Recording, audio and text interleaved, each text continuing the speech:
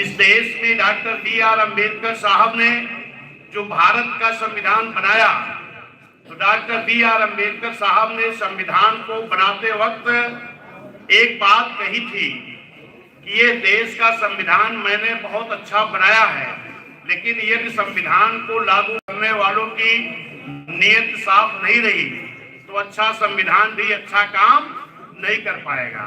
मेरे सम्मानित साथियों, ये बात देखने को मिली कि उस संविधान में तमाम धाराएं, आर्टिकल, ऐसी व्यवस्थाएं रही हैं कि जिनके आधार पर इस देश में आज 75-76 साल बीत गया, इसके बाद भी लोगों को न्याय नहीं मिल रहा है।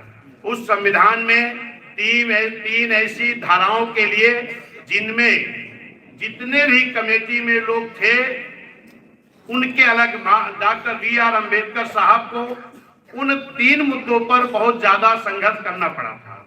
नंबर 1 चीज, इस देश में हमारी बेटियों को, महिलाओं को, बहनों को पढ़ने लिखने का अधिकार नहीं था, उनको स्वाभिमान की जिंदगी जीने का अधिकार नहीं था। वो चाहे जिस जाति समाज की, चाहे जिस जाति धर्म की महिलाएं रही। ये डॉक्टर B.R. अम्बेडकर साहब ने बड़ा संघर्ष करके संविधान में व्यवस्था दिया। दूसरी चीज, वोट का अधिकार। जब वोट के अधिकार देने की बात आई तो उस वक्त जितने लोग भी संविधान सभा की कमेटी में थे, अधिकार बराबर का ना दिया जाए। वोट का अधिकार उसको दिया जाए जो बड़ी शिक्षा ग्रहण किए हों, जो बड़ी लगान जमा करते हों। इसका मतलब कि अगर उस वक्त शिक्षा के बारे में देखा जाता तो शायद यहाँ जितने लोग हैं इसमें कोई भी व्यक्ति उस वक्त स्नातक की डिग्री नहीं लिया था, तब उनको वोट का अधिकार नहीं मिलता। लेकिन धन्य है डॉक्टर B.R. अम्बेडकर साहब ने कहा कि ये देश आजाद हो गया है, अब इस देश में रानी के पेट से राजा नहीं पैदा होगा, राजा वोट से पैदा होगा। इसलिए वोट का अधिकार इस देश में रहने वाले सभी जाति, धर्म, समाज के लोगों को, चाहे कोई बड़ा आदमी हो, चाहे गरीब हो, सबको वोट का अधिकार बराबर का दिया जाएगा। मेरे सम्मानित साथियों, तीसरा मुद्दा था आरक्षण। आरक्षण को भी जब संविधान में डॉक्टर B.R. अम्बेडकर साहब देना चाह रहे थे तो इस देश के जितने भी लोग संविधान कमेटी में रहे हैं या उस वक्त इस देश के नेता रहे हैं, उन लोगों ने आरक्षण का विरोध किया था। लेकिन डॉक्टर B.R. अम्बेडकर साहब ने कहा नहीं, इस देश में दोहरी गुलामी है। एक गुलामी है इस देश में अंग्रेजों की और दूसरी गुलामी है इस देश के रहने वाले बड़े बड़े राजे रजवाड़ों की। वो राजे रजवाड़ों की गुलामी कौन करता था मेरे सम्मानित साथियों?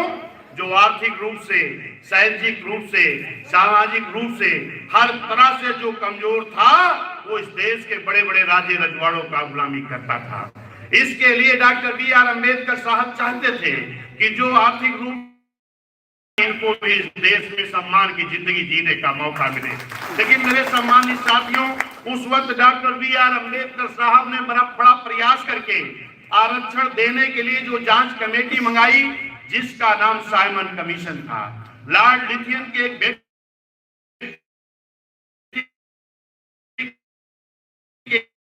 के नाम से एक कमेटी बनी, तो इस देश के रहने वाले जो लोग आपको आरक्षण नहीं देना चाहते थे, ऐसे लोग उस साइमन कमीशन का विरोध कर रहे थे। लेकिन धन्य है डॉक्टर B.R. अम्बेडकर साहब, उन्होंने अथक प्रयास करके, संघर्ष करके जब साइमन कमीशन इस देश में आया तो दिन भर तो साइमन कमीशन के साथ डॉक्टर B.R. अम्बेडकर साहब सर्वे दिन भर कराते थे और रात में पिछड़े लोगों के बीच में जाकर के ये समझाने का काम करते थे कि कल आपके गांव में भी साइमन कमीशन के लोग आएंगे, आप भी अपनी सही स्थिति को, जो सूची बन रही उस सूची में दर्ज करा देना।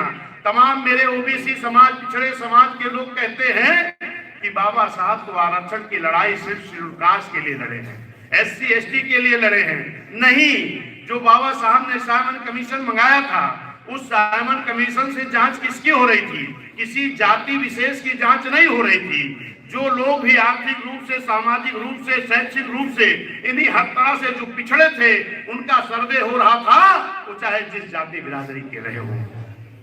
मेरे सम्मानित साथियों, दिन भर डॉक्टर B.R. अम्बेडकर साहब कमेटी रहते थे, रात में पिछड़ों के मोहल्लों में जाते थे कि कल आप भी सामन कशन को अपनी सही स्थिति नोट करा देना। लेकिन जैसे बाबा साहब निकल करके आते थे, तैसे जो लोग आपको आरक्षण नहीं देना चाहते थे, वो लोग भी उन पिछड़े गांव में पहुंच जाते थे और पूछते थे, क्या डॉक्टर B.R. अम्बेडकर साहब आए थे?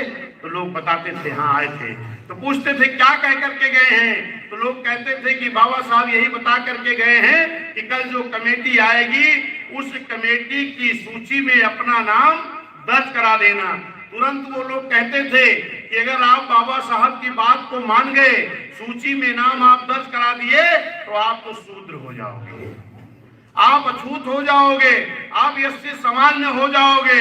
ए मेरे पिछड़े समाज के लोगों, ओबीसी समाज के लोगों, जिन लोगों ने उस वक्त बाबा साहब की बात को मान लिया, वही लोग अनुसूचित जाति और अनुसूचित जनजाति की सूची में शामिल हो गए। जो लोग समतल एरिया के लोग थे, वो अनुसूचित जाति में शामिल हो गए। जो लोग पहाड़ी क्षेत्र के लोग रहे हैं, वो अनुसूचित जनजाति में हो गए, यानी एससी और एसटी में हो गए। और जिन लोगों ने बाबा साहब की बात को नहीं माना, अपने दुश्मनों की बात को माना, वो क्या रह गए? पिछड़े के पिछड़े। हमने क्या कहा? सर्वे किसका हो रहा था? पिछड़ों का। कौन से पिछड़े? जो आर्थिक रूप से, सामाजिक रूप से, शैक्षिक रूप से, हर तरह से जो पिछड़े थे, उनका सर्वे करा करके बाबा साहब आरक्षण देना चाहते थे। जिन लोगों ने बाबा साहब की बात को माना, वो सूची में दर्ज हो गए, उनका आरक्षण हो गया।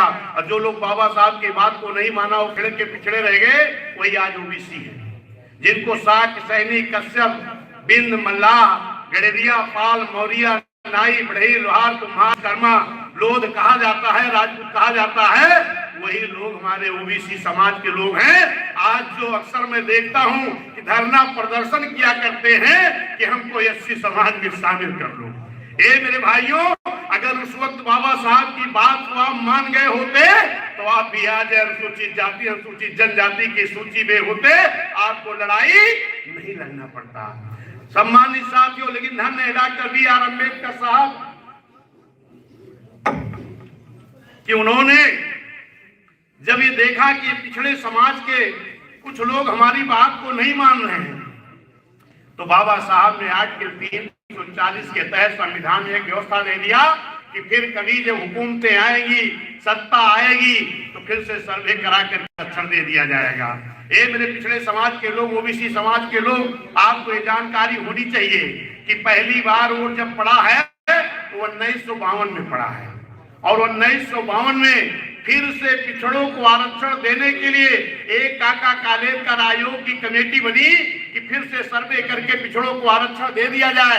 मेरे सम्मानित साथियों, वो काका कालेलकर आयोग की रिपोर्ट 1952 में कमेटी बनी और 55 में रिपोर्ट आ गई। लेकिन इसके बाद भी इस देश के हुकूमत करने वाले लोगों ने आर्टिकल 340 के तहत संविधान में व्यवस्था होने के बाद भी, काका कालेलकर आयोग की रिपोर्ट आने के बाद भी मेरे पिछड़ों को, ओबीसी को आरक्षण नहीं दिया गया। एक बार दबी जुबान से जब 77 में ये बात सामने भी आई कि काका कालेलकर की आयोग की रिपोर्ट आए, काफी दिन बीत गया, इन पिछड़ों को आरक्षण दे दिया जाए, तो उस वक्त के जो प्रधानमंत्री थे, उन्होंने क्या कहा? ये रिपोर्ट तो पुरानी हो गई है, इस पे आरक्षण नहीं दिया जा सकता। फिर से दूसरी कमेटी बनी जिसका नाम था मंडल कमीशन। मंडल कमीशन 77 में बनता है, 78 की लास्ट तक उसकी भी रिपोर्ट आ जाती है। लेकिन मेरे सम्मानित साथियों, फिर भी पिछड़ों को आरक्षण नहीं दिया जाता है। इस देश के हुकूमत करने वाले लोगों ने पिछड़ों के साथ बहुत बड़ा भेदभाव, अन्याय किया है, लेकिन ये पिछड़ा के समझ में बात नहीं आती है। आपका आरक्षण कब मिला? आपका आरक्षण मिला 90 में मिला है। और 90 में जब आरक्षण आपको मिला है तो कैसे मिला, मैं जरा उस पर आता हूं। मेरे सम्मानित साथियों, उस वक्त इस देश के प्रधानमंत्री बीपी सिंह जी थे और उप प्रधानमंत्री चौधरी देवीलाल चौटाला जी थे। मानवर कांसी राम साहब बहुजन समाज पार्टी और माननीय बहन जी लगातार ये संघर्ष कर रहे, आरक्षण दे दिया जाए। लेकिन मेरे सम्मानित साथियों, पहली बार शायद आपके ही मंडल में बिजनौर है। बिजनौर से मान्य बहन जीत करके आते हैं और रामकृष्ण यादव जी आजमगढ़ से जीत करके आते हैं। मान्य बहन जी 89 में जीत करके आते हैं और प्रधानमंत्री बीपी सिंह जी रहते हैं। जब मानवर कांसी राम साहब कहते हैं मान्य बहन जी से कि अब आप पार्लियामेंट तब तक नहीं चलने देंगी जब तक पिछड़ों का आरक्षण लागू नहीं हो जाएगा, और मैं वोट क्लब बोर्ड पर रैली करने चल रहा हूं, धरना करने चल रहा हूं, और ये बहुजन समाज पूरे भारत देश में तब तक आंदोलन करता रहेगा जब तक पिछड़ों का मंडल कमीशन लागू नहीं हो जाएगा। मेरे सम्मानित साथियों, इसी उत्तर प्रदेश में बनारस मंडल के जनपद गाजीपुर में शेड्यूल कास्ट समाज के लोग पिछड़ों को, ओबीसी के लोगों को आरक्षण देने के लिए संघर्ष कर रहे थे, धरना प्रदर्शन कर रहे थे। दिन दहाड़े उनको गोलियों से मार लिए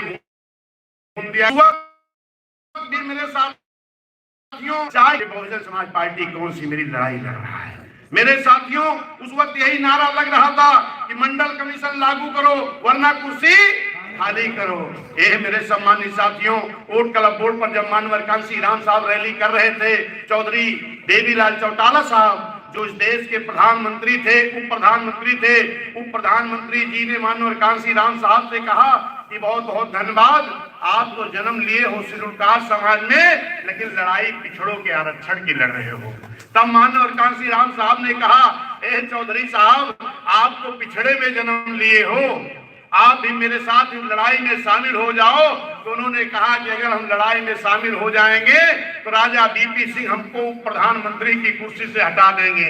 तब मानवर कांसी राम साहब ने कहा कि अगर अपने पिछड़े समाज के साथ नहीं खड़े होगे तो वैसे भी आप इस कुर्सी से तो वैसे भी हटा दिए जाओगे।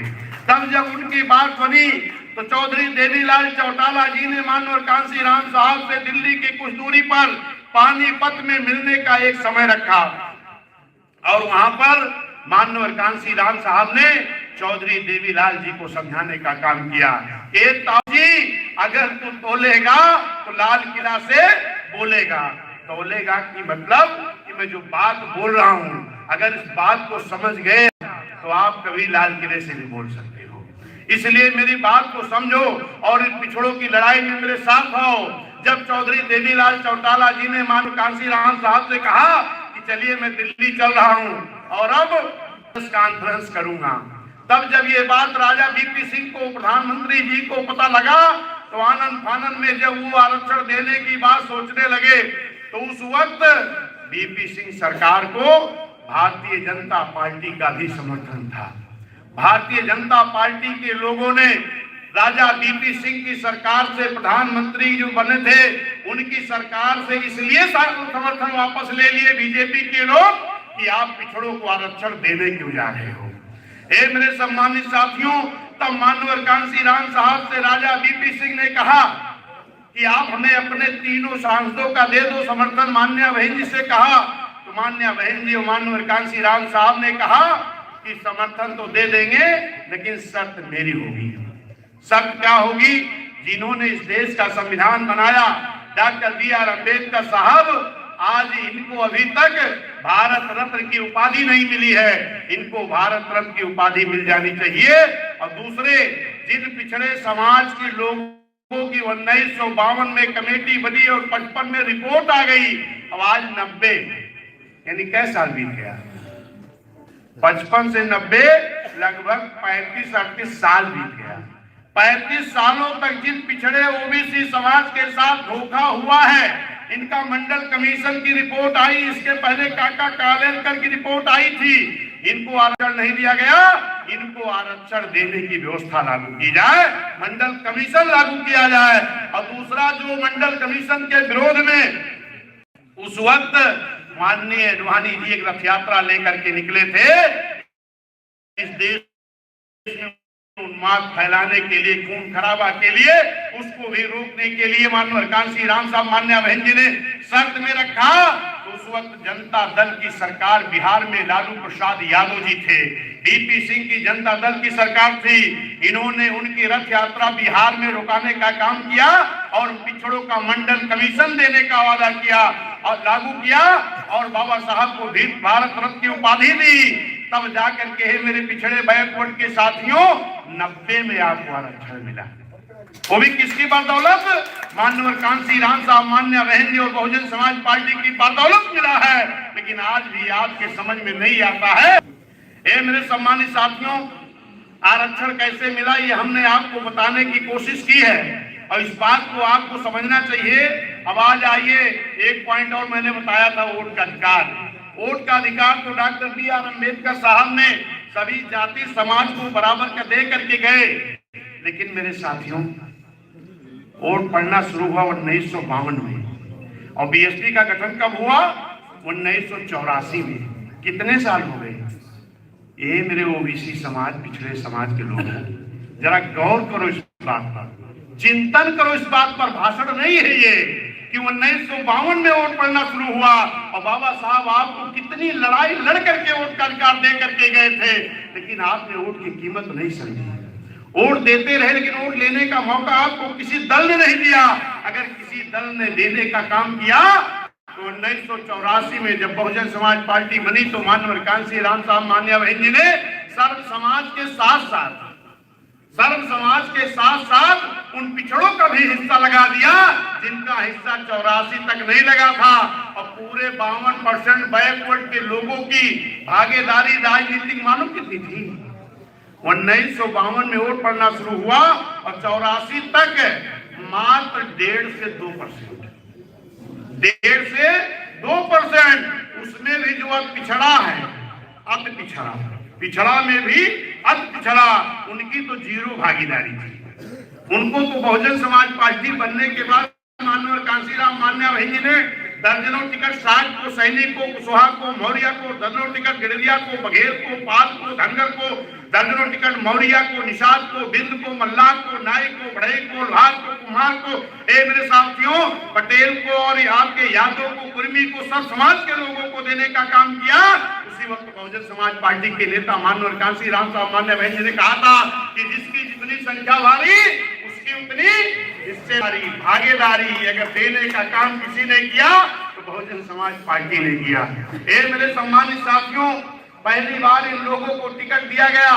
ये लोग जीत करके आए और जिस समाज के लोग नहीं जीत के आए, जैसे नाई सविता समाज के लोग अगर नहीं जीत करके आए तो हीरा ठाकुर को एमएलसी बना दिया गया, एक नहीं 2 बार बना दिया गया। रामचंद्र प्रधान सविता को एमएलसी बना दिया गया, उनकी पत्नी को अध्यक्ष बना दिया गया, उनके भाई धर्मेंद्र थे सविता, उनको भी चेयरमैन कोऑपरेटिव का बना दिया गया। मेरे सम्मानित साथियों, अगर प्रजापति को मार के बेटे कम जीत करके आए तो लोकेश प्रजापति जी को एमएलसी बना दिया गया। अगर समाज के लोग कम जीत करके आए तो प्रताप सिंह बघेल को एमएलसी बना दिया गया, प्रभावती पाल को एमएलसी बना दिया गया, दयाराम पाल जी को एमएलसी बना दिया गया, एसपी सिंह बघेल जी को राज्यसभा का सांसद बना दिया गया, श्री राम पाल को राज्यसभा का सांसद बना दिया गया और 9-9, 10-10 लोगों को बिना जीते मंत्री देने का काम बहुजन समाज पार्टी ने करने का काम किया। मेरे सम्मानित साथियों, मौर्य समाज में भी चाहे स्वामी प्रसाद मौर्य जी हो, चाहे आर एस कुशवाहा जी हो, चाहे आपके बाबू सिंह कुशवाहा जी रहे हो, दर्जनों लोग, लोनिया चौहान के बेटे चाहे दारा सिंह चौहान जी रहे हो, चाहे फागू चौहान जी रहे हो, चाहे आपके रतिराम चौहान जी रहे हो, लाइन से लोगों को सम्मान देने का काम किया। निषाद बिंद के बेटे चाहे विशंबर निषाद रहे हो, चाहे आपके जमुना निषाद जी रहे हो, चाहे आपके हमारे अंबेडकर नगर के धर्मलाल निषाद जी रहे हो, लाइन से देने का काम किया। यहाँ तक कि एक बार यादव समाज के लोग भी, ये जो पार्टी है ना, ये खानदान के बाद से 9-10 सांसद लगातार हुए, चाहे वो रमाकांत यादव जी रहे हो, चाहे उमाकांत यादव जी रहे हो, चाहे बालेश्वर यादव जी रहे हो, चाहे निश्चय यादव जी रहे हो, चाहे डीपी यादव जी रहे हो, चाहे भालचंद यादव रहे हो, चाहे बालेश्वर यादव जी रहे हो। अब की बार भी जब 10 सांसद बने हैं तो यादव के बेटे ही जो जौनपुर के सांसद हैं श्याम सिंह यादव जी को, उनको लोकसभा का नेता बनाने का काम बहुजन समाज पार्टी ने किया है। मेरे सम्मानित साथियों, लोनिया चौहान जो पिछड़ी जाति में आते हैं, लोनिया चौहान के बेटे को लोकसभा का नेता बनाने का काम अगर किसी ने किया तो बहुजन समाज पार्टी ने किया। आपके बीच में तमाम लोग आते हैं, कहते हैं कि मेरी पार्टी तो पिछड़ों वाली है और ये बीएसपी पार्टी तो शेड्यूल कास्ट वाली है। लेकिन उनसे पूछो कि भागीदारी राजनीति किसने दिया। इस देश का सबसे बड़ा प्रदेश उत्तर प्रदेश है और उत्तर प्रदेश का सबसे ज्यादा समय तक अगर कोई अध्यक्ष रहा है तो बैकवर्ड के बेटे रहे हों, चाहे वो जंग बहादुर पटेल जी रहे हों, चाहे वो भगवत पाल जी रहे हों, चाहे वो दयाराम पाल जी रहे हों, चाहे स्वामी प्रसाद मौर्य जी रहे हों, चाहे आर.एस. कुशवाहा जी रहे हों, चाहे लालजी वर्मा जी रहे हों, पटेल समाज के हैं, और चाहे आपके बीच में रामचंद्र राजभर जी रहे हों, भीमराव जी रहे हों, और आपके बीच में फिर से गडरिया पाल बघेल का बेटा एक वर्कर बैकवर्ड का बेटा ही बन करके आपके बीच में आया है और विधानमंडल दल का नेता। इस देश के सबसे बड़े अध्यक्ष पद की कुर्सी पर ओबीसी समाज को मानवर साहब ने, मान्या बहन जी ने लगातार बैठाने का काम किया और विधानमंडल दल का नेता जो महत्वपूर्ण कुर्सी होती है उस कुर्सी पर भी लगातार चाहे स्वामी प्रसाद मौर्य जी रहे हों, चाहे सत्यनारायण कुर्मी पटेल के बेटे लालजी वर्मा जी रहे हों, और अध्यक्ष की जो कुर्सी महत्वपूर्ण होती है उस पर भी चाहे बी.आर. वर्मा बैकवर्ड के बेटे रहे हों और चाहे उनके न रहने के बाद सुखदेव राजभर जी पिछड़े वर्ग के बेटे को लगातार सम्मान देने का काम किया गया। एक मेरे सम्मानित साथियों, मंत्रिमंडल में भी देखेंगे तो चाहे वो नसीमुद्दीन सिद्दीकी जी रहे हो 18 विभाग के मंत्री, चाहे लालजी वर्मा जी पटेल जी रहे हो, चाहे अध्यापाल जी रहे हो, चाहे सैनिक जी रहे हो, स्वामी प्रसाद मौर्य जी रहे हो। मेरा कहने का मतलब साथियों ये गिनती कराने में समझ आएगा सर्व समाज के लोगों को अगर, और जब बीएसपी बन गई तो कहा गया इनके विधायक नहीं जीत सकते, और जब विधायक जीत गए कहा गया सरकार नहीं बना सकते, और जब सरकार बन गई तो कहा गया हरवाहे चरवाहे समाज के लोग सरकार चला नहीं सकते। लेकिन ये मेरे सम्मानित साथियों, जब माननीय बहन जी ने सरकार चलाना शुरू किया, इतनी बढ़िया सरकार बहन जी ने चलाया कि भारत देश में कोई भी मुख्यमंत्री उतनी बढ़िया सरकार उसके पहले नहीं चलाया था। तुरंत सरकार बनाने वाले लोग ही मात्र 4 महीने में सरकार को गिरा देते हैं, दोबारा फिर लोग सरकार बनाते हैं और 6 महीने में गिरा देते हैं, दोबारा से फिर सरकार बनाते हैं तो 16 महीने में गिरा देते हैं। ये मेरे सम्मानित साथियों, तब उत्तर प्रदेश के सर्व समाज के लोगों ने निर्णय लिया कि कारण क्या है, सरकार तो बनाई जाती है लेकिन फिर गिरा क्यों दी जाती है। जब बीएसपी और मान्या बहन जी सर्व समाज के गरीबों के हित के लिए काम कर रही है पार्टी, तब सरकार क्यों गिराई जाती है।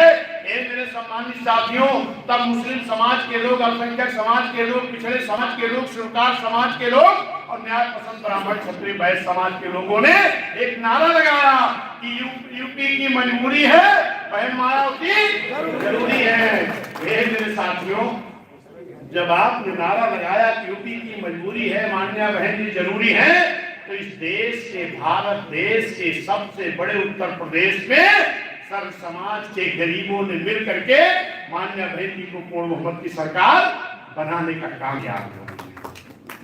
ये मेरी सम्मानित साथियों, जब आप यूपी में सरकार पूर्ण बहुमत से बन गई कि जिसको कोई गिरा नहीं सकता था, ये मेरे सम्मानित साथियों, जब पूर्ण बहुमत की सरकार बन गई तो बहुजन समाज के लोगों ने क्या नारा लगाया, यूपी हुई हमारी है या दिल्ली की। वाह, तब तो सीने में दर्द शुरू हो गया लोगों को। ये बहुजन समाज के लोग जो नारा लगाते हैं उसको तो पूरा करके दिखाते हैं।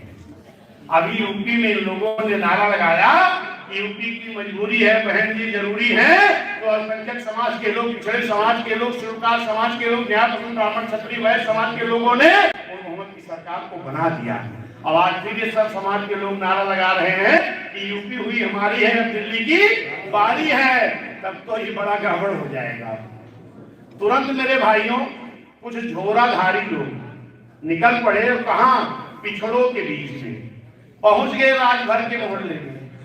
आपकी तरफ तो हमें लगता नहीं है, पूर्वांचल में है। पहुंच गए राजभर के मोहल्ले में और कहने लगे, ए राजभर जी, जब शेड्यूल कास्ट की बेटी मुख्यमंत्री हो सकती है तो आप क्यों नहीं हो सकते, आप भी पार्टी बनाओ, मुख्यमंत्री हो जाओ। पहुंच गए निषाद कश्यप बिंद मल्लाह के बीच में, निषाद जी आप भी पार्टी बनाओ, आप तो शेड्यूल कास्ट से बहुत बड़े हो, शेड्यूल कास्ट की बेटी मुख्यमंत्री हो गई, आप क्यों नहीं हो सकते? पहुंच गए पटेल कुर्मी सतान के बीच में, पहुंच गए पाल गहरिया बघेल के बीच में, पहुंच गए प्रजापति कुशवाहा मौर्य के बीच में, और इनमें छोटे छोटे दल बनवा जिनके बल पर एकता बना करके अल्पसंख्यक मुस्लिम समाज के लोग, ओबीसी समाज के लोग, न्याय पसंद ब्राह्मण क्षत्रिय वैश्य समाज के लोग, शिवकार समाज के लोग सरकार उत्तर प्रदेश में इस देश के सबसे बड़े प्रदेश बनाए थे, उनके बीच में शेड्यूल कास्ट के लोगों के बीच में, ओबीसी समाज के लोगों के बीच में तमाम दल बनवाने का काम किया। और दल बनवाने के बाद जब दल बन गया तो उनके नेता आते हैं, हे राजभर जी एक मिरादे से कुछ न कह पहला आवा हमसे गठबंधन कहला। कहां गठबंधन था? भाजपा से। संजय निषाद जी का गठबंधन कहां हुआ? भाजपा से। दीदी अनुप्रिया पटेल जी का गठबंधन कहां हुआ? भाजपा से। उदित राज जी का गठबंधन कहां हुआ? भाजपा से। क्यों? आपके समझ में नहीं आता? बहुत बड़ा षड्यंत्र हुआ मेरे साथियों। क्यों? क्योंकि आपने नारा लगा दिया था कि यूपी हुई हमारी है, दिल्ली की बारी है, तो आप में खंड कर दिया गया, आपको दूर कर दिया गया, अलग कर दिया गया।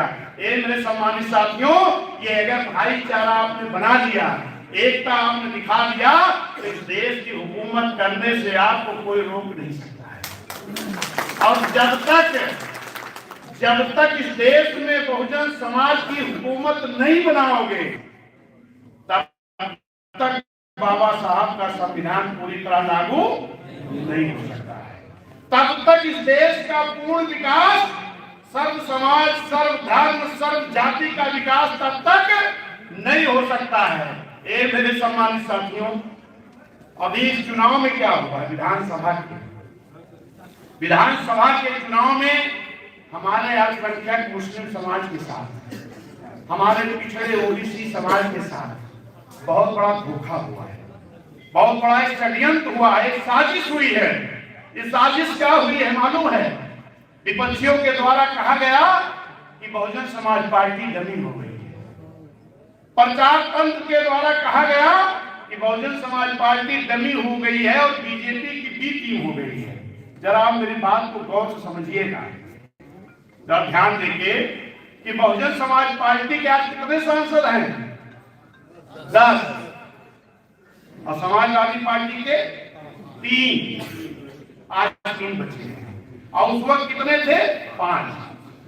आप खुद बताइए कि 10 सांसद वाली पार्टी लड़ाई में है कि 5 सांसद वाली में? लेकिन दिखाया गया किसको? 5 सांसद वाले। एक षड्यंत्र किया गया, साजिश की गई। हम 10 सांसद वाले बहुजन समाज के लोगों को डमी बता दिया गया और 5 सांसद वाले को लड़ाई बता दिया गया। इस देश की बहुजन समाज पार्टी राष्ट्रीय पार्टी, बहुजन समाज पार्टी इस देश की राष्ट्रीय पार्टी को डमी और कमजोर बता दिया गया और एक क्षेत्रीय पार्टी को लड़ाई में बता दिया गया, जिसके साथ SC ST का, शेड्यूल कास्ट का लगभग 26% बेस वोट है। बाकी इसके साथ अल्पसंख्यक पिछड़ा तो है ही, लेकिन जो बेस वोट शेड्यूल कास्ट का है, 26% बेस वोट वाले को डमी बता दिया गया और जिसका कोई बेस नहीं, मात्र 7-8% वाले को लड़ाई में बता दिया गया। क्यों? ये साजिश नहीं तो क्या है? और माइक भी जब लगाते थे भाई लोग तो क्या कहते थे? भाजपा को वोट दोगे, सपा को, भाजपा को कि सपा को। कहीं कहीं कांग्रेस का भी नाम आ जाता था, लेकिन बीएसपी का नाम लेना तो लगता था पाप लगता है। क्यों ऐसा किया गया? ये षड्यंत्र नहीं थी, साजिश नहीं थी, तो क्या थी? बहुजन समाज के साथ में ये मेरे सम्मानित साथियों, ऐसा इसलिए प्रचार तंत्र ने दिखाया, विपक्षी पार्टियों ने किया। देश का नौजवान परेशान है, किसान परेशान है, छोटा व्यापारी परेशान है, आम जनता परेशान है, लेकिन मुस्लिम समाज को कुछ ज्यादा करवाया गया था। उनसे कहा गया कि बीजेपी से लड़ाई सीधे समाजवादी की है। क्यों? क्योंकि अगर पूरा 20% माइनॉरिटी चला भी जाए तो 8% उधर बेस है, और 20-8 कितना होगा? 28, और 2-3% अगर माहौल कभी आ गया कि समाजवादी सरकार बन रही है तो कितना पहुंचेंगे? 30 20 8 28 29 30 31। समाजवादी कहां तक पहुंचे? 31 पॉइंट कुछ। यही तो सही है। लेकिन अगर ईमानदारी से षड्यंत्र नहीं किया गया होता, साजिश नहीं की गई होती, अगर बहुजन समाज पार्टी को लड़ाई में दिखा दिया गया होता तो 26% शेड्यूल कास्ट और 20% माइनॉरिटी मुस्लिम समाज हमारा, समझदारी से अगर काम लिया गया होता तो कितना हो जाता? 46। और माहौल वाला कुछ हमारे पास आवत तो 46 3 49। और जब 49 आता मेरे भाइयों, तो जो अब पिछड़ा वर्ग है, जिसका हिस्सा हमारे बैकवर्ड वाली पार्टी अकेले कुल खा लिए, पिछड़ों को नहीं मिलता है। ये पिछड़े समाज के लोगों को अगर अब पिछड़े को न्याय मिलता है तो बहुजन समाज पार्टी में मिलता है। लेकिन जब बहुजन समाज पार्टी को कमजोर दिखा दिया गया तो अपने आप कहां चले गए? बिना मांगे बीजेपी चले गए। ये मैं सच्चाई बता रहा हूं आपको। लेकिन मेरे साथियों, अगर हमारा शेड्यूल कास्ट और माइनॉरिटी समाज इकट्ठा होता तो हम 46% होते। और अगर 52 में अगर 40% भी हमारा आता तो 45 और 40 कितना होता? 85। और 85 का अगर आधा आप कर देते तो कितना होता? 42.5। और इसमें न्याय पसंद लोग, ब्राह्मण क्षत्रिय वैश्य समाज के लोग भी जो इस देश में न्याय चला चाहते हैं, वो भी हमारे साथ आते तो हम पहुंचते 45। क्यों 85 का 50 हमने क्यों किया? कि अगर 50% भी वोट पड़ता तब भी हम 40 42 45% पर बहुजन समाज पार्टी पहुंच जाती। और 40-42% अगर वोट आपके साथ आ जाता तो ये भारतीय जनता पार्टी वाले मेरे भाई कहीं नजर नहीं, ये भाजपा के लोग कहीं दिखाई नहीं पड़ते। क्योंकि सरकार पूर्ण बहुमत की बनने के लिए 35-34% की ही जरूरत पड़ती है। लेकिन आप कितना बन रहे हैं? लगभग 45%। अगर 50% का वोट पड़ा तब, और अगर ज्यादा पड़ जाता तो और आगे बढ़ जाते।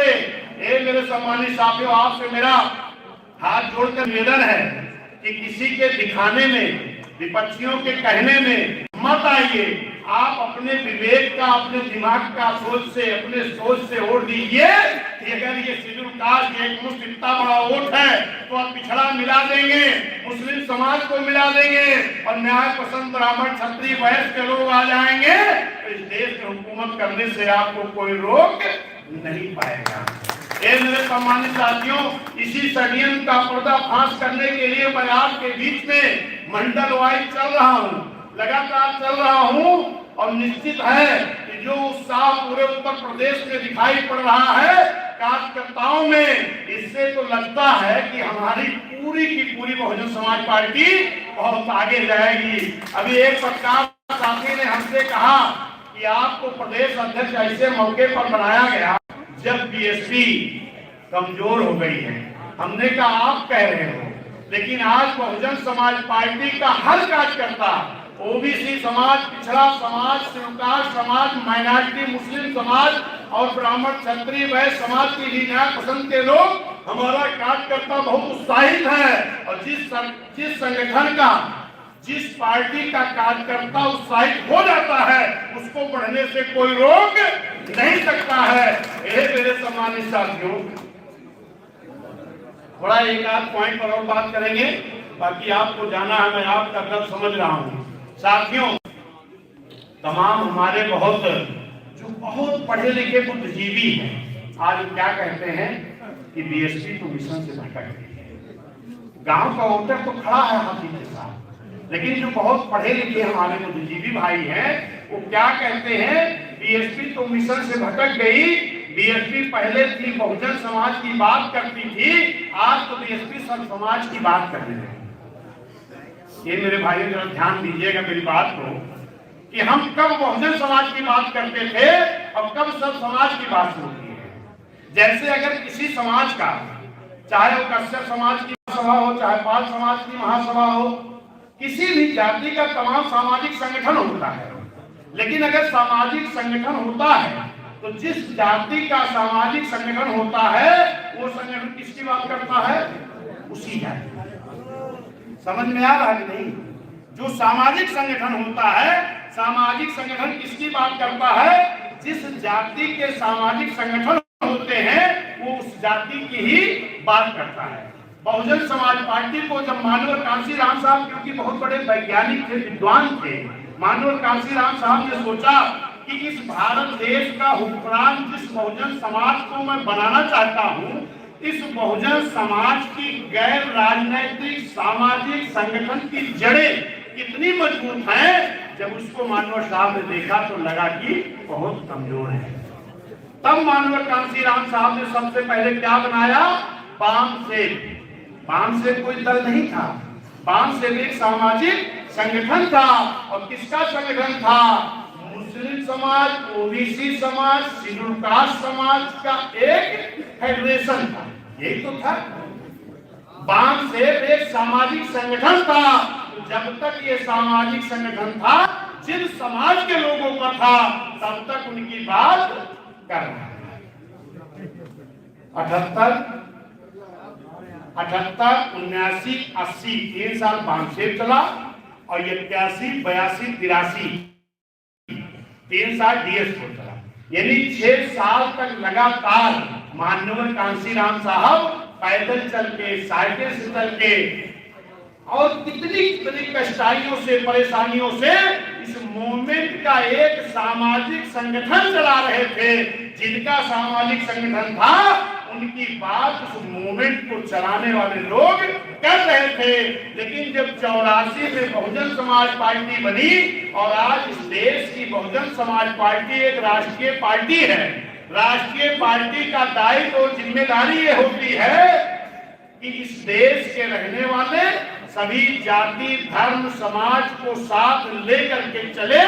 अगर इस देश की राष्ट्रीय पार्टी बीएसपी है, राष्ट्रीय अध्यक्ष मान्या बहन जी हैं, पूरे राष्ट्र की नेता मान्या बहन जी हैं, तो किसी जाति विशेष को इग्नोर नहीं किया जा सकता। क्योंकि इस देश की आजादी के वक्त क्या नारा लगा था? हिंदू, मुस्लिम, सिख, ईसाई, बौद्ध, फारसी, भाई भाई। लेकिन ये मेरे साथियों, जब इस देश की आजादी के लिए खून की होली खेलना था, तब नारा लगाया गया हिंदू, मुस्लिम, सिख, ईसाई, बौद्ध, फारसी, भाई भाई। लेकिन आज क्या कहा जा रहा? अकेले हम ही मानेंगे। ऐसा संविधान में नहीं है। और संविधान को मानने वाली बहुजन समाज पार्टी है। अगर इस देश की हुकूमत बहुजन समाज पार्टी के हाथ में आई तो इस देश में सभी जाति, धर्म, समाज के लोगों का बराबर का सम्मान होगा, बराबर की भागीदारी मिलेगी। लेकिन हाँ, एक चीज होगा कि जिसकी जितनी संख्या भारी उसकी उतनी हिस्सेदारी।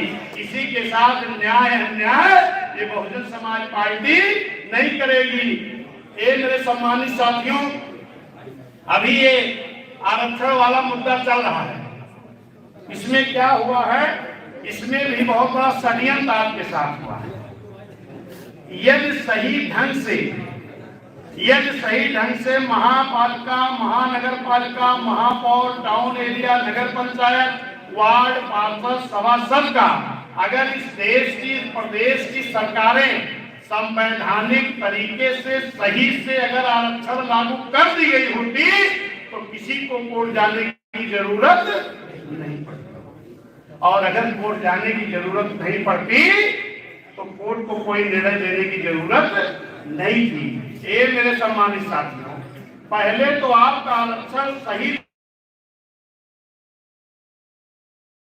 तरीके से, उसकी बात क्या कहा जा रहा है?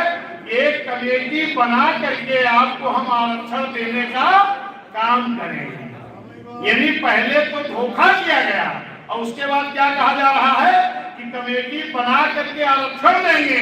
यही लोग हैं जो आपका मंडल कमीशन नहीं लागू होने दे रहे। यही लोग हैं फिर जो आपके आरक्षण के साथ छेड़छाड़ कर रहे हैं।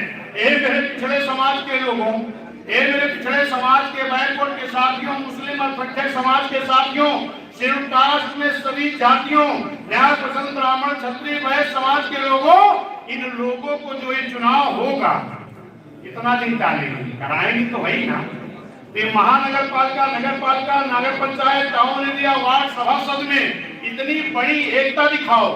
पिछड़े समाज के लोगों, मुस्लिम समाज के लोगों और शेड्यूल कास्ट समाज के लोगों, न्याय पसंद ब्राह्मण क्षत्रिय वैश्य समाज के लोगों, इतनी बड़ी एकता दिखाओ कि जो इनका षड्यंत्र है, इनकी जमानत नहीं बचनी चाहिए, तब आपकी बहुजन समाज पार्टी आगे बढ़ पाएगी। इनको महसूस होना चाहिए कि पिछड़े समाज के लोग अब समझदार हो गए हैं, आपके षड्यंत्र में आने वाले नहीं हैं कि पहले सही आरक्षण नहीं लागू करोगे, फिर उसके बाद बताओगे कमेटी बना करके आरक्षण देंगे। ये समझदार लोग हो गए हैं, ये आपको इसी चुनाव में जवाब देंगे।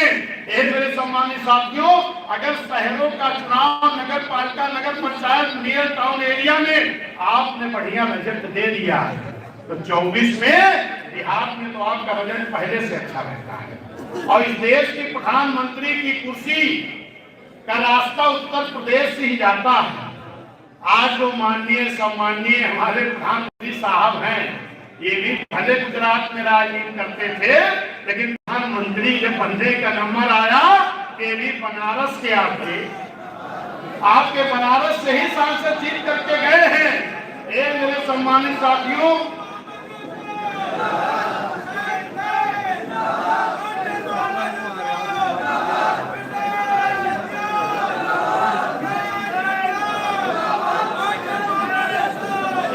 सम्मानित साथियों, बहुत ही उत्साह बहुजन समाज पार्टी के कार्यकर्ताओं में है। मैं देख रहा हूँ, समझ रहा हूँ, जो भी साथी इतने उत्साह में आ रहे हैं, मैं आपका बहुत बहुत हार्दिक स्वागत, अभिनंदन, वंदन करता हूँ।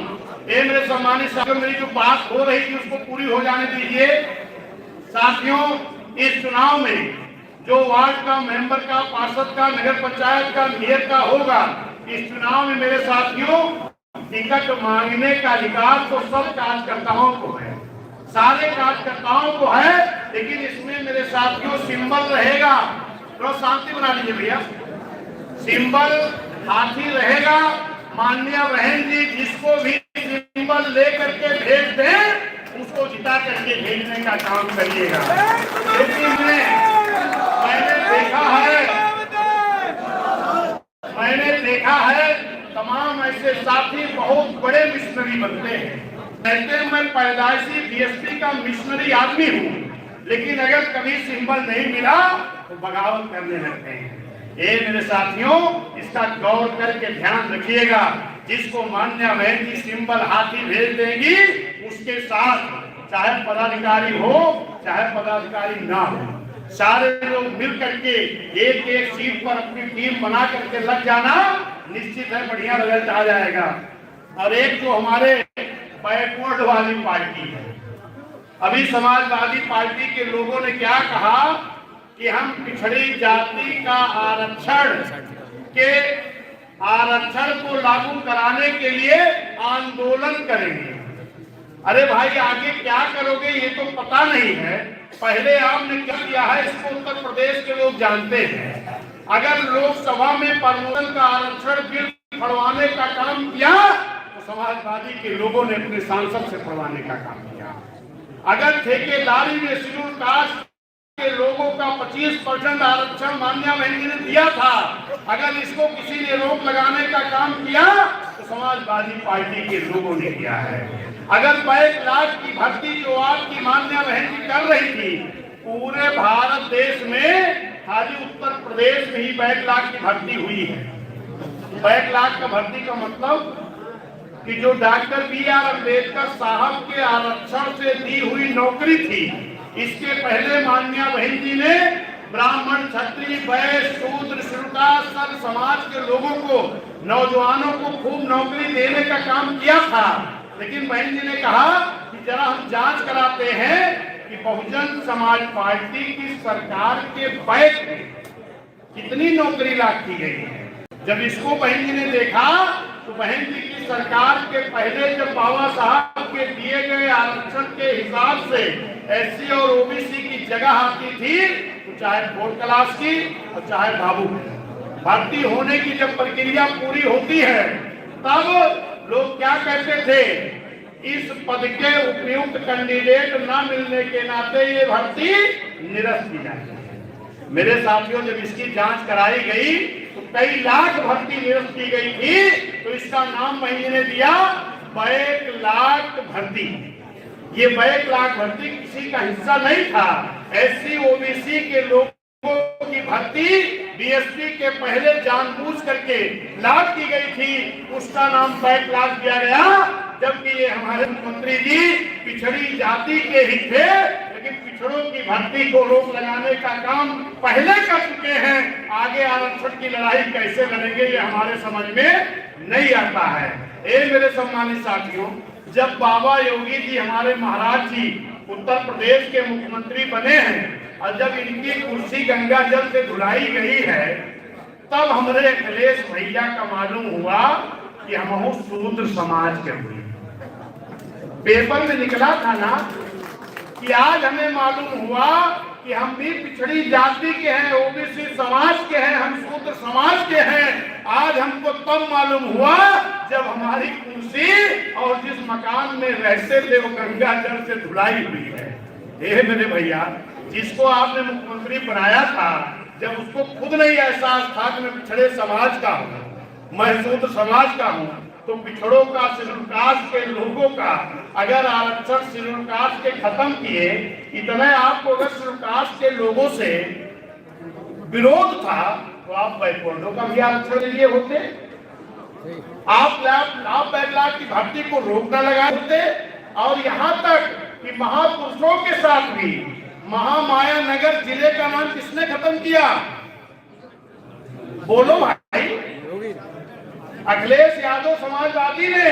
और डॉक्टर बी.आर. अम्बेडकर साहब से नाम से बने लखनऊ के पार्क को क्या कहा था समाजवादियों ने? अय्यासी का अड्डा। न याद हो तो आपको बता दे, उसके विरोध में लखनऊ में फूफू रैली हुई थी। छत्रपति साहू जी महाराज जो पिछड़े समाज में जन्मे महापुरुष थे, इनके नाम से अमेठी जिला बनाया गया, उसको भी खत्म करने का काम समाजवादी पार्टी के लोगों ने किया। कौन से बैकवर्ड वाले नेता हो भाई? बैकवर्ड में जन्मे महापुरुषों के नाम से जिला खत्म कर रहे हो, और छत्रपति साहू जी महाराज के नाम से बने मेडिकल कॉलेज के नाम को बदल करके मेडिकल कॉलेज रखने का काम करते हैं। और समाजवादी के लोग कहते हैं कि साहू माहू कौन है? जिसको अपने बैकवर्ड के महापुरुषों के बारे में नहीं जानकारी है, जिन बाबा साहब के बदौलत वोट का अधिकार मिला, राजनीति कर रहे हो, उन बाबा साहब के बारे में नहीं मालूम है। माननीय कांसी राम साहब का मिशन पूरा करेंगे। तमाम लोग आज निकले हैं मेरे साथियों, बहुजन समाज के विकल्प बनने के लिए बने हैं। और माननीय कांसी राम साहब का फोटो लगाते हैं। आप लोग जरा ईमानदारी से सोचिए, माननीय कांसी राम साहब वैज्ञानिक थे, बहुत विद्वान थे। उन्होंने अगर अपने जीते जी माननीय बहन जी को अपना वारिस बनाया है, तो ऐसे लोग बहुजन समाज के हितैषी नहीं हो सकते हैं। माननीय कांसी राम साहब के विचारों पर नहीं चल सकते हैं, जो माननीय कांसी राम साहब के द्वारा बनाए गए वारिस माननीय बहन जी का विरोध लोग करते हैं। मेरे सम्मानित साथियों, आप लोगों को बड़ा दूर जाना है। मैं इसी के साथ अपनी बात समाप्त करूंगा कि आप सभी लोग इस नगर पंचायत, नगर पालिका, वार्ड, टाउन एरिया, महानगर में एक दिया नजर लाइएगा। और आज जो उत्साह देखने को मिल रहा है, निश्चित मुझे उम्मीद है कि इस मंडल के भी ज्यादातर सीटों को अल्पता करके भेजने का काम करेंगे। अपनी अगर आप चाहते हैं गरीब हर वंचित इंसान की आवाज आप तक पहुंचे तो हमारे चैनल को सब्सक्राइब करें और बेल आइकन का बटन दबाना ना भूलें। देखते रहिए बहुजन हलचल न्यूज।